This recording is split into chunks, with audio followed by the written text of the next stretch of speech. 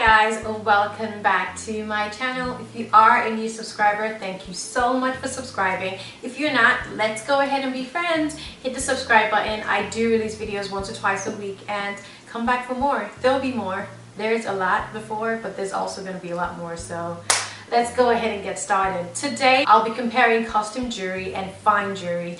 I wear both and I find a lot of people confuse both, and I understand why. People think that because the jewelry piece is from a high-end brand, it must be fine jewelry, but that's false. So today, different ways in which costume jewelry and fine jewelry are different. I love jewelry, guys. I feel as though jewelry is very intimate. It's something that you wear on a special occasion or even every day, and you look at it and it has a personal connection to you. Of course, your clothes also have a personal connection to you, but it's quite different for me when it comes to jewelry. I feel as though a woman wears the clothes, the shoes carry the woman, and her jewelry makes her stand out. So let's go ahead and get started. I will be doing a video at some point, maybe before this video is uploaded or maybe after, discuss it and showing my jewelry collection. And I have a combination of custom jewelry and fine jewelry. I feel as though they serve different purposes in our life, and it's good to understand what purposes they serve, why they're different, and the appeals for both of them. So let's go ahead and get started. The very first thing I want to talk about is the fact that custom jewelry is cheaper than fine jewelry. For example, HERMES bracelet is like $500, right? $500, $600 plus tax, probably about $700. While a Van Cleef bracelet starts at $1,300, or a Bulgari bracelet starts at $1,200.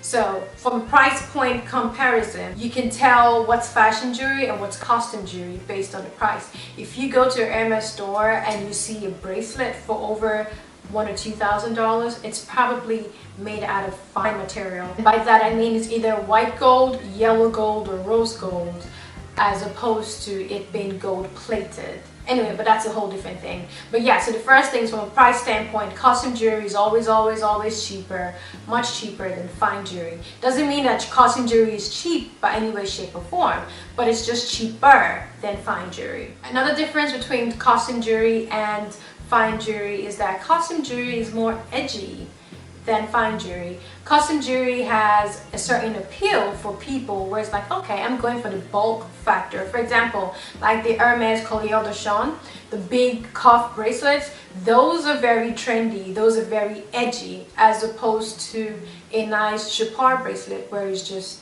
plain and simple and has a couple of diamonds in it. So if you're going for a more edgy look, if you are one of those edgy type of girls, then definitely consider getting more costume jewelry that reflects your style, like the big YSL, logo on them, or the big Hermes click-clacks with an H on them. I have the small ones, but they still come in handy when I'm trying to look a little edgy, as opposed to me looking just more, put together and elegant. Another difference is the material. Costume jewelry is usually made out of alloy or steel or something like that, and then it's plated with gold. So they tell you this is gold plated or this is gold covered, or even like ceramic covered, while fine jewelry is made out of pure unadulterated gold or silver, and it's usually 18 karat and up. So all my Van Cleef pieces are 18 carats and up. My Bulgari ring is 18 karat and up, while my Hermes bracelet is alloy and gold polished or something like that. So the material is different. Now, while it may have a certain appeal, getting something cheaper, just know that down the line, because of the material that these things are made of, they may tarnish, or they're susceptible to scratches or things like that that may affect them in the long run. So just know that the materials are different. If the costume jewelry has bling on it, like my Chanel brooch is costume jewelry and it has some bling in it, the bling is all crystals, they're not diamonds. While on the other hand, my Cleef Frivole bracelet has gold and it has a crystal in it, which is actually not crystal because it's diamond. It is, 0.7 carat diamond, something like that. So that's the difference. The material in costume jewelry is usually, cheaper, if you will, and gold plated, or like a crystal like cubic zirconia, as opposed to fine jewelry that has more 18 karat solid gold, unadulterated gold. Next difference comes into play with regard to recognizability. Costume jewelry are easy to spot from a distance. So you see someone wearing a Chanel bracelet, oh, that's Chanel, big CC. You see someone wearing an Hermes necklace, oh, that's a huge H, that's Hermes. On the other hand, fine jewelry are more inconspicuous. You have to know the brand, be able to spot the brand. So you might see a seemingly plain old necklace with a tiny diamond and not know it's from Cartier fine jewelry collection, or high jewelry collection for that matter, and not know it's from Bulgari, or not know that it's from Van Cleef, especially if it's pave. And by pave you mean just means a lot of diamonds around it, as kind of like paved, gold paved. So that's where the word pave comes from.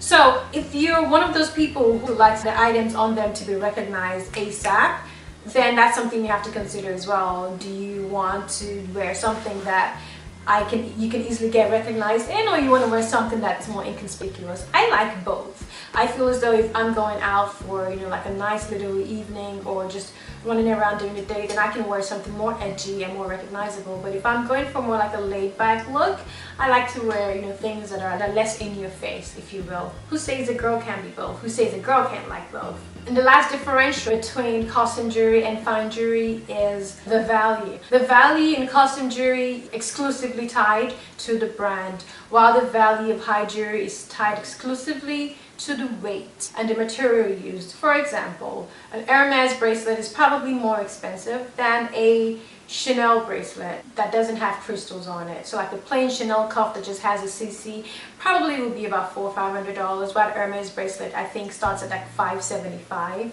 So it's just a function of the brand. In the same light, a Michael Kors bracelet is probably about $300, a Katespade bracelet probably about $200. But a Van Cleef bracelet, a Bulgari bracelet, a Chopard bracelet, all those type of bracelets in those family of brands that focus exclusively on high jewelry and fine jewelry, the value of those bracelets, necklaces, and earrings are based on the carat weight of the gold and the diamond size and weight as well. So if the diamond is one that has all the C's, cut, clarity, and carat, and the gold is heavy gold, is an 18 karat gold, then it's obviously going to be more expensive, regardless of what store it's from, regardless of what brand it's from. So that's how you can compare with both costume jewelry and fine jewelry. Value is hugely dependent on the brand in costume jewelry, while value is exclusively dependent on the materials used in fine jewelry, regardless of the brand that makes the jewelry. So now that I've covered the basics with regard to costume jewelry and fine jewelry, I'm just going to leave you with 3 tips for building your jewelry collection, or maintaining your jewelry collection, or keeping your jewelry collection with regard to costume jewelry and fine jewelry. 1, I urge you to invest in some fine jewelry pieces. These are pieces that not only do they have price increases every now and then, they hold their value. You can always go to the store and ask to get it cleaned. You can always go to the store and ask to get it steamed. You can get it resized. You can get links taken out from bracelets that are too big and put them back in, when you want the extra room.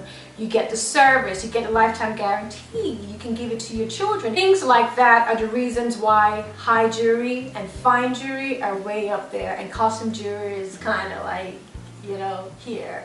Just because if my Hermes bracelet breaks, that's it, guys. There's nothing the store can really do for me. I think for my Chanel brooch, if some of the crystals fall out, I can take it back and they may or may not be able to fix it. Sorry, I'm like shedding. I'm like, ugh, I love this blazer, but it sheds. But anyway, and like tweed all over the place, like a tweed confetti going on around here.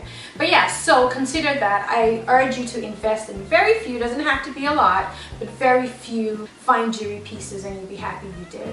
On the other hand, get a few costume jewelry pieces. I feel like no jewelry lover's collection is ever complete without a few of the costume jewelry staples. Chanel earrings are always a great way to start. Hermes bracelets are always good to add to your stack, or if that's all you have, that's also fine. I also really like the Chanel pearls. Those are not real pearls, they're not real diamonds, but they fill a void in your jewelry collection that nothing else quite fills, if you will. So get a few of those. Don't go crazy with costume jewelry, but get a few. Like, don't get all, like the Collier de Chanel in 5 different colors. No, maybe get 1 or 2 in 2, colors.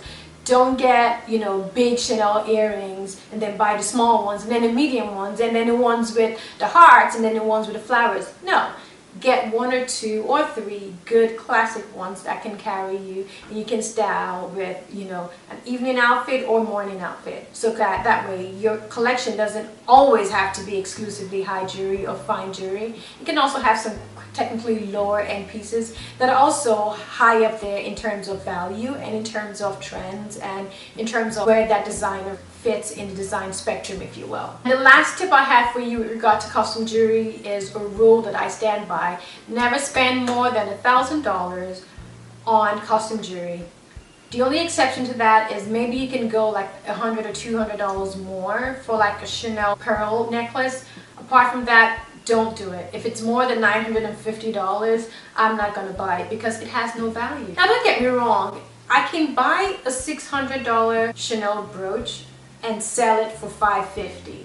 The value is based on the brand, not necessarily the material. So that's why when I was looking for Chanel brooches, all the ones I was seeing pre-loved were like $550, when you can actually get a brand new one for $610, you know. But what I'm saying is the value over time. The value is tied to the brand, but if you're trying to sell an item and you're trying to get the most back, you're not going to get anything for it. There's no appreciation, if you will. Unlike if you're selling a Van Cleef piece or Chapar piece or Bulgari piece or Messika piece, where these are fine stones and diamonds that have been, you know, well created over a long period of time, and they keep increasing. Van Cleef had a price increase last year. They're having another one. They always have these price increases, and the value follows with the jewelry. So if you find yourself spending over $1,000 in costume jewelry that has no long-term value or long-term appreciation, you're doing yourself a disservice. I hope you guys enjoyed this video. I hope you found it helpful. If you're trying to build your jewelry collection, if you're trying to diversify your jewelry collection, or you're trying to spice things up a bit, a lot of people wear costume jewelry and high jewelry interchangeably, and there's nothing wrong with that. Just want you to know the difference between high jewelry and costume jewelry. And I find that most people who start off with a costume jewelry collection eventually work their way up to a high jewelry or fine jewelry collection, because they understand these differences and they see value, and they eventually have like a light bulb moment. Now, I'm always using high jewelry and fine jewelry interchangeably, but they're totally different. So you have the costume jewelry, and then you have the fine jewelry like the necklaces, you know, the Van Cleef and the Chopard, and then you have the high jewelry.